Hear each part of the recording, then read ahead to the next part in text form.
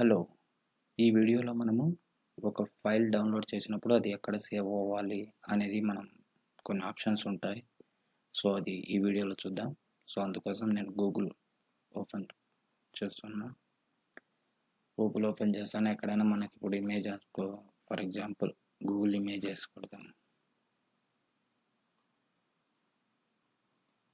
So ఈ file save image కొట్టినప్పుడు ఎక్కడ సేవ్ అవుతుంది? డౌన్లోడ్స్లో సేవ్ అవుతుంది. ఆటోమేటిక్ డౌన్లోడ్స్లోనే సేవ్ అవుతుంది. సో డౌన్లోడ్ చేసా. సో మనము ఈ డౌన్లోడ్ లొకేషన్ చేంజ్ అనుకోవాలనుకుంటే సో ఇక్కడ 3 డాట్స్ కనిపిస్తున్నాయి కదా, సెలెక్ట్ చేసి కింద సెట్టింగ్స్ సెలెక్ట్ చేసి కిందికి రండి. సో ఇక్కడ advanced settings. So here we can see download. So here we have option. Otherwise here also we have option.